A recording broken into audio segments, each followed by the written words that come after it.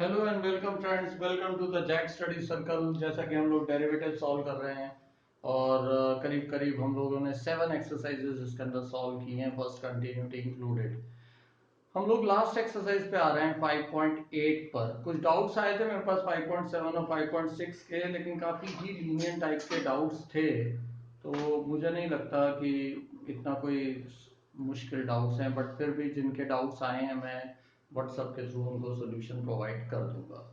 5.8 में दो चीज़ें हैं नई, एक है रोलेस थ्योरम और दूसरा है एलएमबीटी, तो मीन वैल्यू थ्योरम जिसको बोलते हैं हम लोग। रोलेस थ्योरम बेसिकली ये एक सॉल्व करने वाली चीज़ है, जैसा कि हम लोगों ने कंटिन्यूटी वगैरह में भी देखा था, एक बेसिक फ्रेमवर्क रहता है, उसको हमें सॉल्व करना होता है।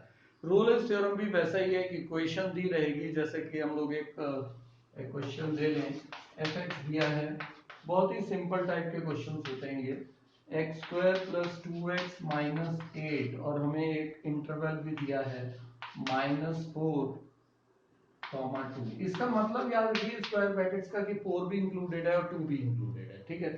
अब रोलेस थ्योरम में होता क्या है कि बेसिकली सबसे पहले ये एक क्वाड्रेटिक पॉलिनोमियल है, इसका मतलब ये कंटीन्यूअस भी होगा, डिफरेंशिएबल भी होगा, ये तो आपको लिख ही देना है, since it is a polynomial which is of 2 degree, that is quadratic polynomial, hence it is continuous at all intervals as well as it is differentiable।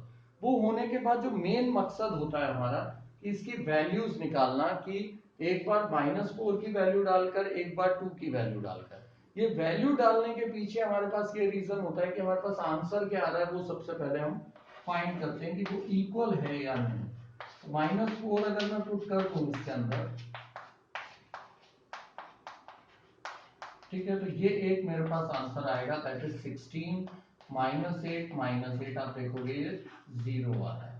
Similarly मैं f is equal to 2 put करके देखूं अगर, तो 2 का square plus 2 का into 2 minus 8 is again 0।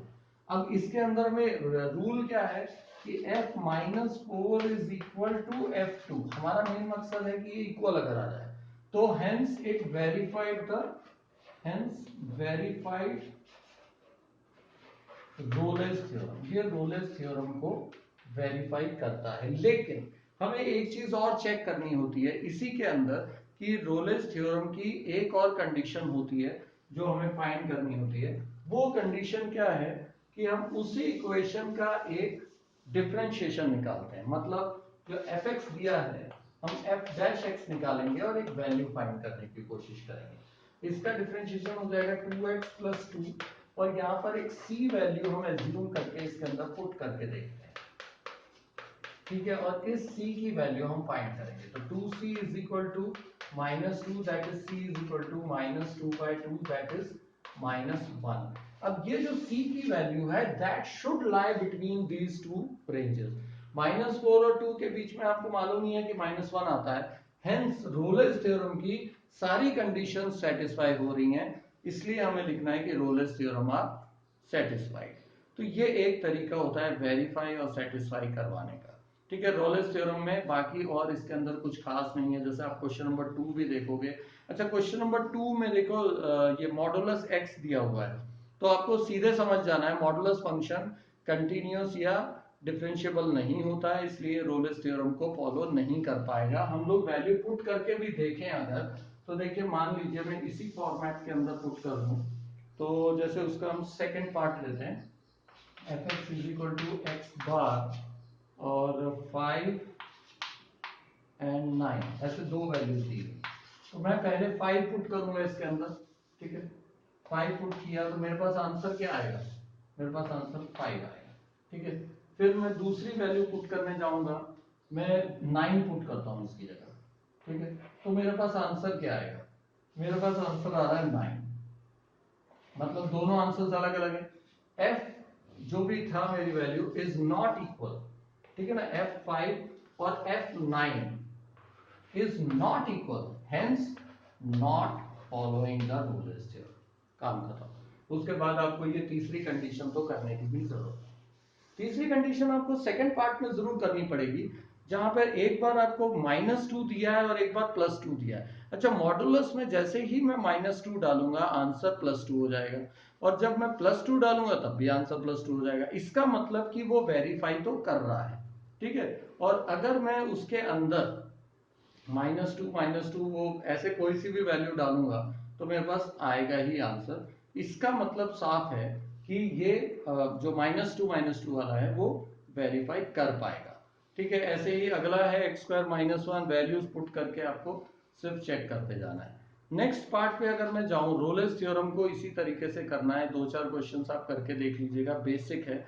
अब हम आते हैं क्वेश्चन नंबर 4 पर कि जो MVT या LMVT जिसको हम लोग बोलते हैं, मीन वैल्यू थ्योरम को कैसे करना। बेसिक कंडीशन याद रखें आप, बाकी इसके अंदर कुछ खास नहीं है, ज्यादा इलॉजिकल टाइप के क्वेश्चंस हैं। आपको सिर्फ अगर इक्वेशन वाले क्वेश्चन हैं तो वही मेनली सॉल्व करने हैं। fx दिया हुआ है x² -4x -3 और इसका इंटरवल गिवन है हमें a और b या a b भी दिया हुआ है मुझे 1 and 4, ठीक है। रेगुलर फॉर्मेट में मैं पहले 1 वैल्यू डालूंगा, फिर मैं 4 वैल्यू डालूंगा। पहले तो मुझे मालूम है ये कंटिन्यूस भी है, ये डिफरेंशिएबल भी है, वगैरह वगैरह वो सब चीजें हो जाती हैं, ठीक है। अब मेन मकसद क्या आता है कि एक तो मैं f1 डालूंगा वैल्यू, एक f4 डाल देता हूँ, वो वैल्यूज में निकाल लेता हूँ। सबसे पहले 1 वैल्यू पुट करूंगा तो 1 -4 -3 दैट इज -6, ओके। और 4 डालूंगा तो 4 का स्क्वायर 16 -16 -3 दैट इज -3। ऐसी दो वैल्यूज आएंगी। ये रोलेस थ्योरम तो फॉलो नहीं कर रहा है तो आपको पता लग रहा है। दूसरी चीज, इसी का मैं डिफरेंशिएशन कर दूंगा तो क्या मिलेगा मेरे को, f' जिसकी वैल्यू हो जाएगी 2x -4। हमेशा f' में हम क्या पुट करते हैं, c, तो 2c -4 इक्वल टू 0 नहीं करना है। अब यहाँ पे ट्विस्ट क्या है कि f' इज इक्वल टू, यही है LMVT, fb माइनस fa, जो भी आपके पास रेंजेस दी हुई है, divide by b minus a। बस इसके अंदर आपको वैल्यूज डाल देंगे। f' क्या है, 2c -4 और आपको c की वैल्यू निकालनी। fb कितना था, b मैंने अगर 4 लिया था तो -3 -6 दैट इज +6 और b -4 कितना हो जाएगा मेरा, b क्या था 4 -1। इसको मैं सॉल्व कर लूंगा, जो भी c की वैल्यू आएगी that should lie between 1 and 4, ठीक है। ये सॉल्व करता हूं तो 3 आता है, 3/3 तो 2c -4 इज इक्वल टू 1, तो 2c is equal to 5, so c is equal to 5/2 that is 2.5।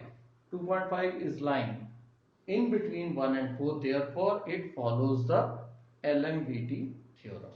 इस तरीके से आपको ये करना होता है, तो LMVT वेरीफाई हो जाएगा अगर ये C की वैल्यू उसके अंदर आ रही है। तो इस टाइप के क्वेश्चन सॉल्व करके देखिए। मैं इसी क्वेश्चन को एक बार वापस बता दूं, LMVT को प्रूव करना है तो जो रेंज दी हुई है, पहली वैल्यू दूसरी वैल्यू पुट कर दी।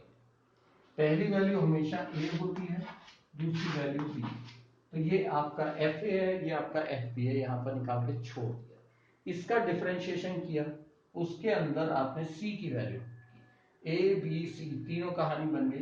फिर ये फॉर्मूला याद, this is LMVT formula, f' is equal to FB minus FA upon B minus A, ठीक है। इसके अंदर मैंने यहां से निकाली हुई सारी वैल्यू चिपका दी f' की, इससे मैं C की वैल्यू निकालूंगा।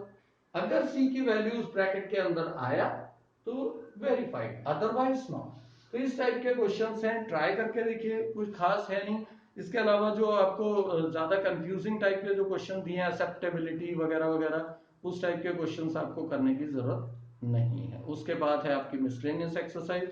इसके जो भी डाउट्स हों प्लीज बताइए, और जो भी डाउट्स होंगे मैं आपको सॉल्व करके पहुंचा दूंगा। 8087479204। Thank you.